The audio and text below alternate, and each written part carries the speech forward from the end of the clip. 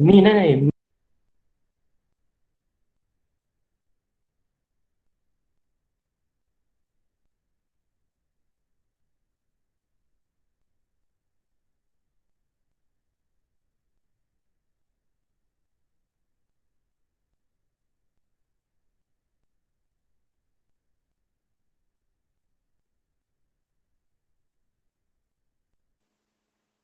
Hello.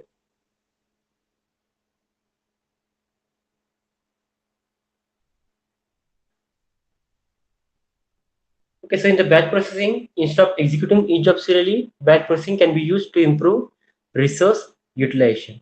So in this, a batch of similar jobs are mounted as single tape. So overhead for mounting job is reduced. As well, the instruction written in JCL are embedded in a program to indicate start of job and end of the job. Okay, so in the batch processing, the similar kind of jobs are grouped together and that can be executed at the same time. Okay, so here you can see the memory layout for the simple batch system where the user program data are user program area is provided to store the for the similar kind of job or batch. So what is the drawback for this? So there is a very little or there is a no interaction between the program. Whatever the program that you are going to load for the execution, there is a no interaction between all these jobs. As in, the more turnaround delay and offline debugging is required. The advantage, there is a greater recirculation than serial processing. In the serial processing, if you consider in the serial processing, there is a less recirculation.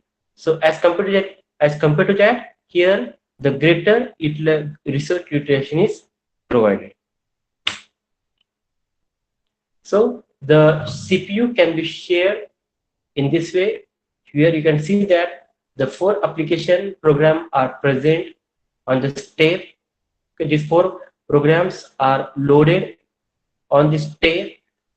So one tape contains four programs, and these four programs are using the same processor.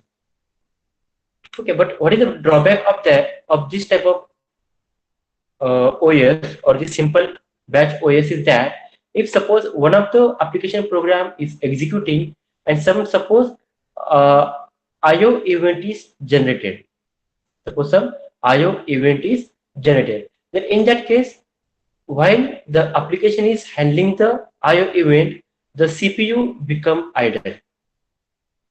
Okay, if suppose app 1 it is executing and some IO event is occurred and app 1 is handling this IO event, then in that case, this CPU is become idle. It is not going to execute the second application or rest part of that application. It become idle until the complete IO event is not handled.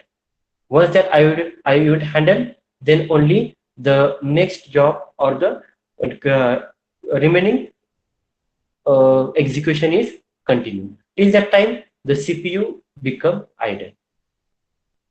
So to overcome this problem, the new type of OS is proposed, that is the multi-programming OS or multi-programming execution. So in the multi-programming execution, the batch system allocates processor to single program at a time. So during I request, the executor program or the processor become idle. So those processing cycle are made available to other process. When the CPU become idle, at the time you can provide the CPU or providing this CPU cycle to the other process. So in this multi-programming execution, or multiple programs are remains loaded into the memory and waiting for getting processor for the execution. So when any of running process has made IO request, the processor is switched to another process. Whenever any IO request is occur, then the processor is switched to another process. So hardware and software support is needed to prevent erroneous result, address space, and behavior of the program. Advantage, definitely increased processor utilization. You can see clearly in simple OS, in simple batch OS, the processor become idle if the IO event occur. But here in the multi-programming execution, if the IO event occur, the processor moves to another application. So the processor utilization is increased. But what is the drawback? Drawback is that it involves switching overhead. Here, the switching overhead is involved, as well as the consistency of a resource need to be maintained during concurrent access to it. Okay, so there should be a consistency, should be maintained. The consistency should be maintained when we are executing or when there is a concurrent access is there. Okay, so this is the multi-programming environment in which you can see that the four application app1, app2, app3, and app4, these are loaded on the tape, on a single tape. And if there is, suppose you can see here, the app1, suppose at this stage, the app1 is handling some IO event, then in that case, the app2 can be executed. App2 can start the execution. And at that time, the app1 is put into the queue. So when the event of IO event is successfully handled, then the app1 can execute. Okay, so in this way, the CPU utilization is increased. Yeah, but one of the drawback of the multi-programming is that it may cause starvation. It may cause starvation. Starvation means one of the processes cannot be executed for the long time, or it cannot be executed. For example, suppose app1, app2, app3, and app4. Four app are there. And suppose app1 is continuously executing. Then in that case, the app2, it may become a app2, it may not be executed throughout his life. So that situation called as starvation, and in the multi-programming, the chances of the starvation is more. So to overcome this, another type of operating system is suggested, that is the time sharing operating system or time sharing system. So in the time sharing system, for each process, a particular time slot is allocated. For each process, a particular time slot is allocated, and within that time slot, only that particular process will be executed. No other process will execute. So that all the process will get some amount of time, and all the process can be executed. So the problem of the starvation is avoided or overcome in the time sharing system.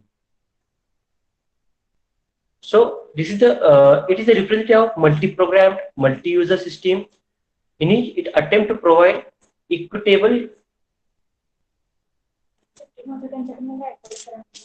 Okay. Oh.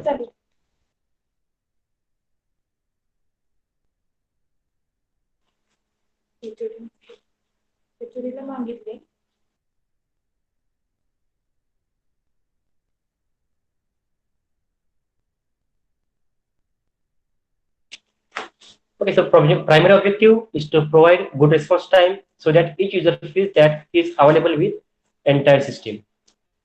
So in the time sharing system, all the user or the fixed time slot is getting, that you have seen in the round robin scheduling algorithm, in which programs are executed with the rotating priorities.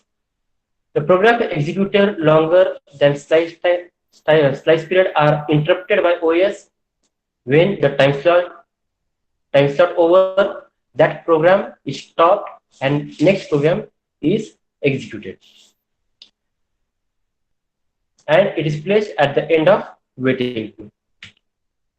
Okay, so in the diagram you can see here in the time sharing. So there are four processes. Process one, it will get particular amount of time for the execution. After the time slot over, it will put into the waiting queue, and next process, that is process 2, start execution. When the time slot of the process 2 over, then it will kept at the end of waiting queue, and the next process, process 3, start execution, and so on. So like this, the whole execution is carried out. So it provides the task of isolation and protection of co-resident program or co-resident program. Sometimes control sharing is provided to conserve memory and to exchange data between programs. Next type of OS is the personal computer system or desktop system. So this is especially the focus of this type of system is on the user. Okay, this OS is targeted to the user convenience and response. So in this type of operating system, instead of maximizing CPU and peripheral, the system is opt for maximizing user convenience and responsiveness. Okay, this type of OS is focusing on user convenience, user response, and protection. It is not bothering about the CPU utilization and peripheral utilization. So the lack of protection, it made it easy for malicious program to destroy data on such system. Next is the multiprocess system or parallel system, or you can say tightly coupled system. So in this type of system, the multiple processor chips are present on a single system. Within a single system, multiple processor, or in a single chip, the multiple cores are created, and the multiple threads can be created in a single core. Okay, on a single system, there can be a multiprocessor chip. On the single chip, there can be a multiple core, and in the multiple core, there can be a multiple thread. So in the diagram, you can see chip. In the chip, there are two processor core, and in the each core, there are different or multiple threads are present.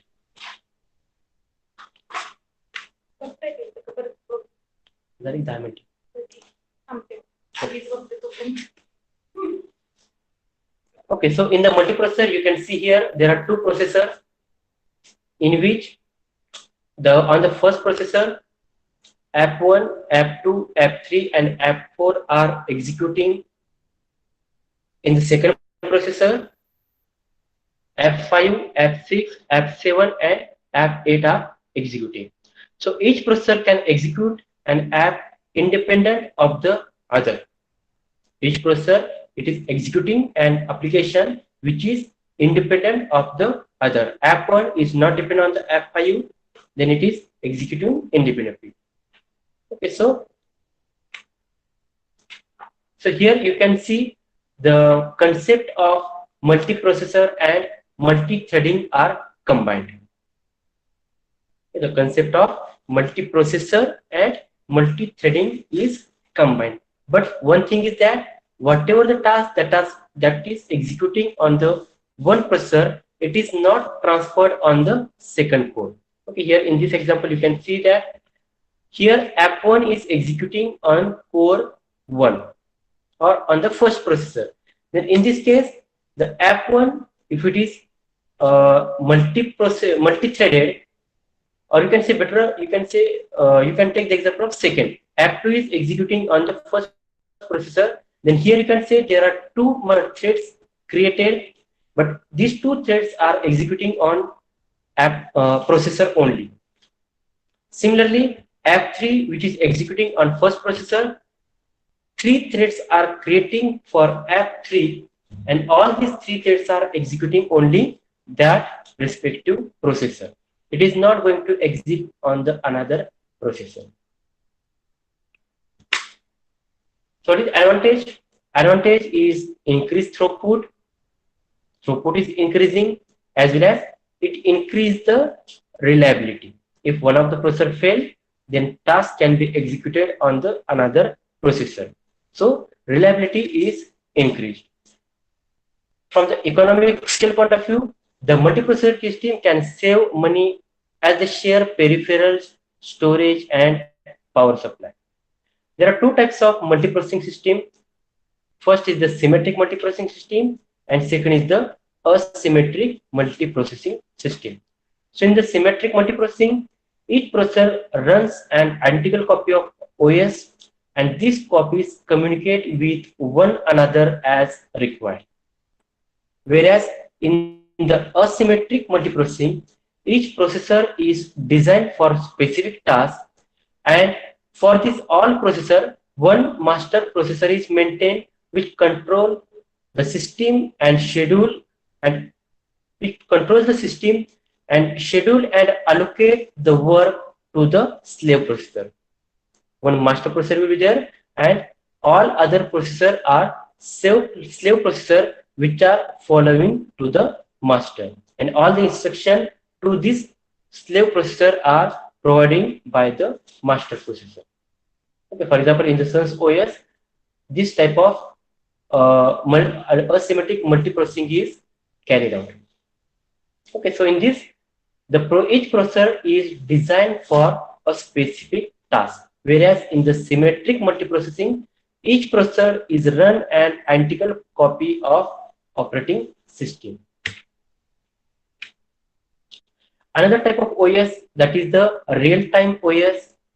So especially this type of OS is designed to or this type of OS is used in the environment where large number of events needs to be processed and within a short time.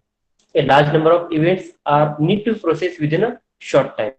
For example, if you consider automatic car, then in the automatic car, suppose there is some obstacle is occur, then definitely brake should be applied. A brake should be applied. Then this type, in this case, all the other process should be ignored, and this process should be executed within a time. Okay, within that specific time. So in the so like this environment, a real-time operating system is used. Also, if you consider the example of any satellite system, any rocket system, in that system also a real-time system is used, because you need to carry some critical task within a particular time. Within that time, that crucial task should be complete. So also in hospital, you can see in the hospital, so the OS that is used in the hospital, so that OS is also is made up of real-time operating system, or it is a kind of real-time operating system. So the primary objective is to provide quick event response time and thus meet scheduling deadline. Within that deadline, the event or the response should be given. The processor must burst thousands of interrupts without missing single event. Without missing single event, all the interrupts or all the cycles should be burst within a time. So RTS, it doesn't rely only on multiprogramming, but on specific policies and technique for doing their job. It's using their specific policies as well as technique. The memory management for the RTS is less demanding as many of the programs permanently reside in the primary memory. Okay, in this type of OS, the programs are reside permanently in primary memory. All the programs are reside in primary memory permanently. As process cooperates closely necessitate the support for both separation and sharing of memory. IO management, it provides system call to allow user process to connect themselves to interrupt vector and to service event directly. Okay, so these are all different kinds of operating system. Now, the structure of operating system, it is divided into two parts. First is the kernel part and second is the application program. So the kernel consists data structure and set of routines that operate on those structure which is called as the system call. Okay, so nothing but kernel contains data structure, and to operate this data structure or to control the data structure, it using a system call. What is system call? System call is a set of service routine which are provided with operating system and that act as abstraction layer between hardware and application. So actually the system call is interface between hardware and application. All the application are communicate with the hardware through the system call. So through the system call, all the resources of computer can be accessed. When OS executes system call, the execution is said to be in kernel mode or privileged mode, where all the resources can be directly accessible to instruction which is being executed. Okay, so these are the different system calls which are using. So for in the Windows and as well as in the Unix, definitely the system instruction call is different. System call is different.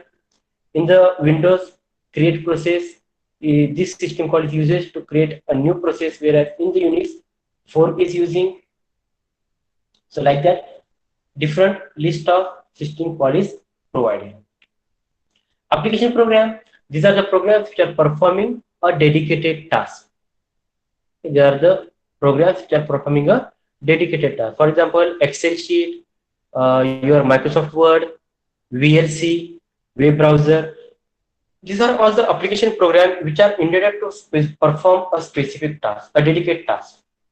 These programs can have their own set of instruction, but when they need to access any resource of computer, they invoke a system call. Whenever they want to use any computer resources, then at that time to handle these resources or to access the resource, they need a system call. When instruction of such application is executed, execution mode is called as the user.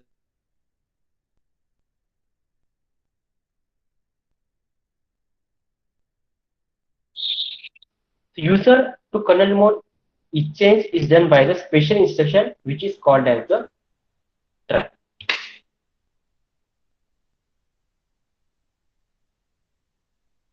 So until this point, our syllabus is there. So I'm not going to repeat this out of syllabus things. So this is the first chapter, revision. Is there any problem, any confusion for the first chapter?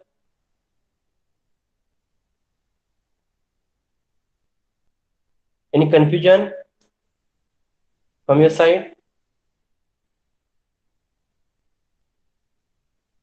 Anything that I want to repeat?